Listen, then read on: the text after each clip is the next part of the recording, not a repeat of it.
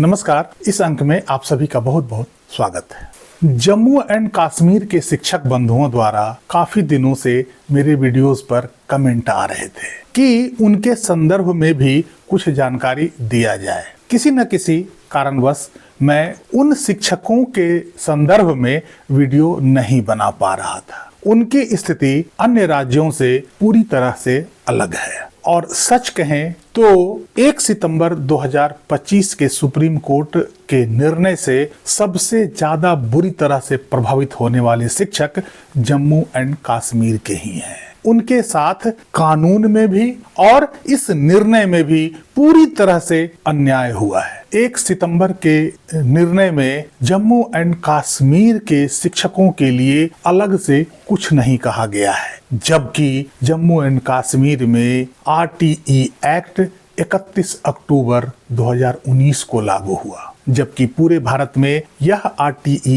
Act 1 अप्रैल 2010 से लागू हो चुका था और पूरा कानून उसी के परिप्रेक्ष्य में बना हुआ है। हैरानी की बात यह है कि जम्मू एंड कश्मीर की राज्य सरकार इस निर्णय के विरुद्ध ना तो कोई चर्चा किया है और ना ही रिव्यू पिटीशन डाला है। जम्मू एंड कश्मीर के शिक्षक संघ ने भी अभी तक सुप्रीम कोर्ट में इस निर्णय में रिव्यू पिटीशन नहीं डाला है। जहां तक मुझे जानकारी है, जितना मैं देख पाया हूं, उसमें जम्मू एंड कश्मीर राज्य की ओर से ना तो शिक्षक संघ और ना ही राज्य सरकार की तरफ से कोई रिव्यू पिटीशन डाला गया हो, जबकि यह 100% सच है कि यदि जम्मू एंड कश्मीर की ओर से या तो राज्य सरकार या शिक्षक संघ रिव्यू पिटीशन डालता है तो उनके लिए रास्ता ज्यादा आसान होता, क्योंकि उनकी स्थिति डिफरेंट है और इस निर्णय में उनके लिए अलग से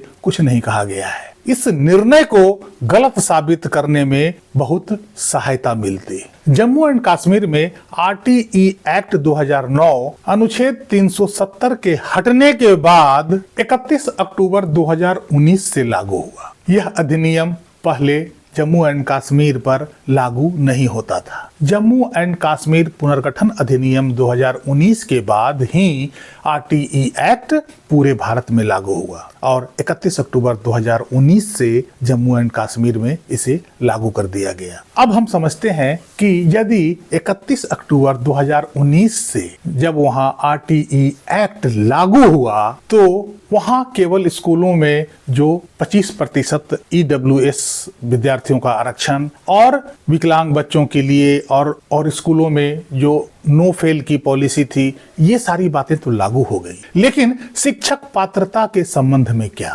RTE एक्ट की धारा 23 जो शिक्षकों के लिए उसकी न्यूनतम क्वालिफिकेशन की बात करता है, क्या जम्मू एंड कश्मीर के लिए सुटेबल है? जो बातें RTE एक्ट की धारा 23(2) में कही गई है या उसके प्रोवाइजो में कहे गए हैं, वो जम्मू एंड कश्मीर के लिए या तो इनवैलिड है या इनफ्रक्चुअस हो चुका है। इसकी क्लैरिटी सरकार को अवश्य देनी चाहिए थी। आखिर धारा 23(2) में जो बातें कही गई है, राज्य सरकारों को जो 5 साल के लिए छूट दी गई थी और जो प्रोवाइजो में या 2017 के अमेंडमेंट में 31 मार्च 2019 तक का समय दिया गया था, वो समय जम्मू एंड कश्मीर के शिक्षकों के लिए या तो इनवैलिड था या इनफ्रक्चुअस माना जाएगा।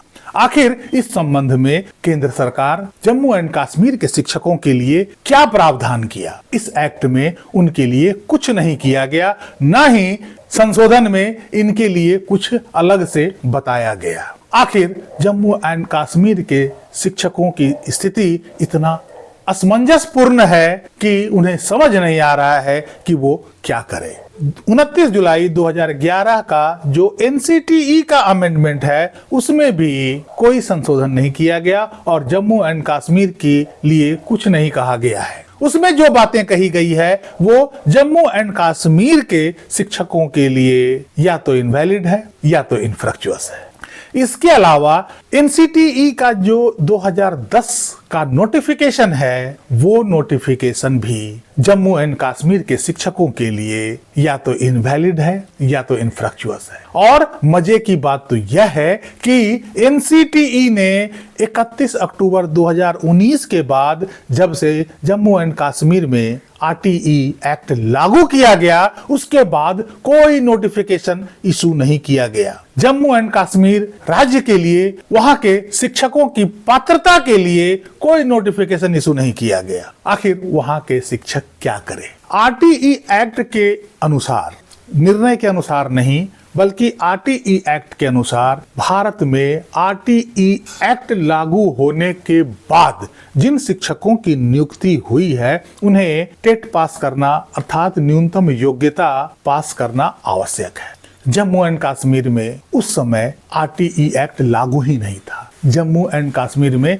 31 अक्टूबर 2019 को आरटीई एक्ट लागू हुआ। तो इस संबंध में केंद्र सरकार ने क्लैरिटी क्यों नहीं दी? एनसीटीई ने क्लैरिटी क्यों नहीं दी? नोटिफिकेशन क्यों नहीं जारी किया कि जम्मू एंड कश्मीर के शिक्षकों के लिए 31 अक्टूबर 2019 के बाद नियुक्त किए गए शिक्षकों पर न्यूनतम योग्यता लागू होगा? यदि जम्मू एंड कश्मीर के शिक्षकों के ऊपर 1 अप्रैल 2010 या 29 जुलाई 2011 या 23 अगस्त 2010 से न्यूनतम योग्यता टेट को लागू किया जाता है, तो यह पूरी तरीके से उन शिक्षकों के लिए अन्याय होगा, क्योंकि उनके भर्ती नोटिफिकेशन में 31 अक्टूबर 2019 तक कहीं भी टेट की चर्चा या इस तरह के न्यूनतम योग्यता की चर्चा नहीं की गई। बावजूद इसके वहां की सरकार इस संबंध में कोई कदम नहीं उठाई है, ना तो रिव्यू पिटीशन डाली है और ना ही इस संबंध में कोई मंत्रिमंडल का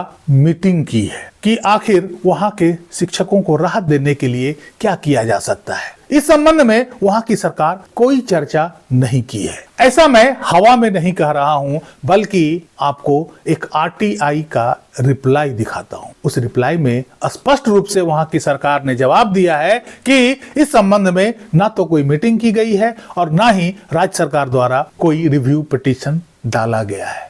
रिव्यू पिटीशन की चर्चा तक नहीं की गई है। यह जानकर आपको घोर आश्चर्य जरूर हुआ होगा कि आखिर जम्मू एंड कश्मीर की सरकार वहां के शिक्षकों को उनके हालात पर क्यों छोड़ दिया। वैसे तो बहुत सारे राज्य हैं जिसने रिव्यू पिटीशन नहीं डाला है, केवल 7-8 राज्यों को छोड़कर। लेकिन जम्मू एंड कश्मीर की स्थिति अलग थी। वहां की सरकार को रिव्यू पिटीशन आवश्यक रूप से डालना चाहिए था, क्योंकि रिव्यू पिटीशन में राहत मिलने की सबसे ज्यादा संभावना जम्मू एंड कश्मीर के सरकार को थी, क्योंकि जम्मू एंड कश्मीर की स्थिति को इस निर्णय में पूरी तरीके से अनदेखा किया गया था। उनके स्पेशल स्टेटस को अनदेखा किया गया था। इसलिए यदि जम्मू एंड कश्मीर की ओर से कोई रिव्यू पिटीशन लगता तो उनके साथ साथ सभी की राह आसान हो जाती। उस निर्णय को गलत साबित करने में ज्यादा आसानी होती, क्योंकि सुप्रीम कोर्ट के निर्णय से